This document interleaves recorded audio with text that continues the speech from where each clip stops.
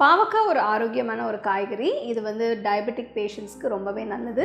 பாவக்காயில் நிறைய ரெசிபீஸ் நம்ம ட்ரை பண்ணலாம். ஸோ அது மாதிரி ஒரு ரெசிபி தான் இது, பாவக்காய் குழம்பு. இது எப்படி செய்கிறது பார்க்கலாம்.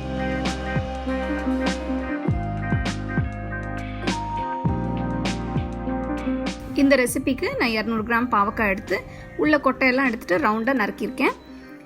பாவக்காய் நல்லா கசக்கும். இப்போ அந்த கசப்பை எடுக்கிறதுக்கு நான் ஒரு பவுலில் பாவக்காய் போட்டு அதில் 1 டீஸ்பூன் மஞ்சத்தூள், 1 டீஸ்பூன் உப்பு சேர்த்து நல்லா பிரட்டி விடணும்.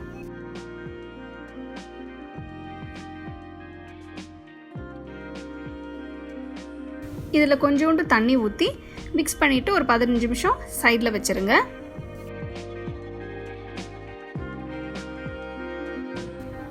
அடுத்தது ஒரு கடாயில் 1 டேபிள் ஸ்பூன் எண்ணெய் விட்டு இதில் 1/2 டீஸ்பூன் கடுகு, 1/2 டீஸ்பூன் கடலைப்பருப்பு, 1/2 டீஸ்பூன் உளுத்தம்பருப்பு, ஜீரகம், 1/4 டீஸ்பூன் வெந்தயம், 3 காஞ்ச மிளகாய், இது எல்லாத்தையும் சேர்த்து கடுகு பொரிச்ச உடனே அதில் 1 வெங்காயம் பொடியாக நறுக்குனது, 2 பச்சை மிளகாய், 5 பல்லு பூண்டு, இது எல்லாத்தையும் சேர்த்து ஒரு 2 நிமிஷம் வதக்கிக்கோங்க.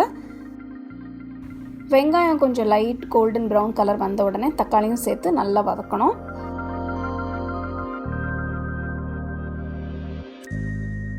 இதில் 1 டீஸ்பூன் உப்பு, மஞ்சத்தூள், 2 டீஸ்பூன் மிளகாய்த்தூள், 2 டீஸ்பூன் தனியாத்தூள், இதெல்லாம் சேர்த்து நல்லா மிக்ஸ் பண்ணிவிட்டு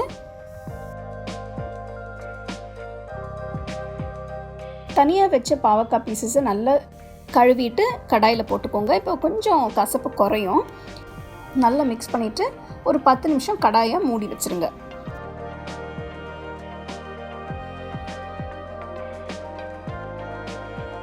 10 நிமிஷம் கழித்து கரைச்சி வச்ச புளி தண்ணி 1 கப்பு, அதோட இன்னும் கொஞ்சம் தண்ணி ஊற்றி இந்த பாவக்காவை வேக வைக்க போகிறோம்.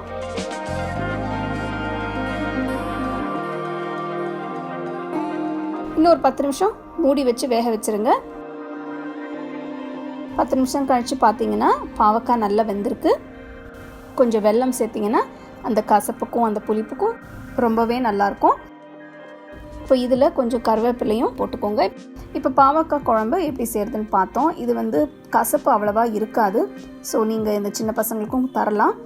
பாவக்காய் குழம்பு எப்படி செய்கிறதுன்னு பார்த்தோம். இது நீங்கள் கொஞ்சம் ரைஸ் வச்சு சாப்பிட்டிங்கன்னா கொஞ்சம் அப்பளம் ஏதாவது கூட தொட்டுக்கலாம், ரொம்ப நல்லாயிருக்கும். ரொம்ப கசப்பாக இருந்ததுன்னா நீங்கள் கொஞ்சம் நேரம் உப்பு மஞ்சள் போட்டு ஊற வச்சிங்கன்னா கொஞ்சம் கசப்பு குறையும். ஸோ கண்டிப்பாக உங்களுக்கு இந்த ரெசிபி பிடிச்சிருக்கும்னு நினைக்கிறேன். வீட்டில் ட்ரை பண்ணி பாருங்கள்.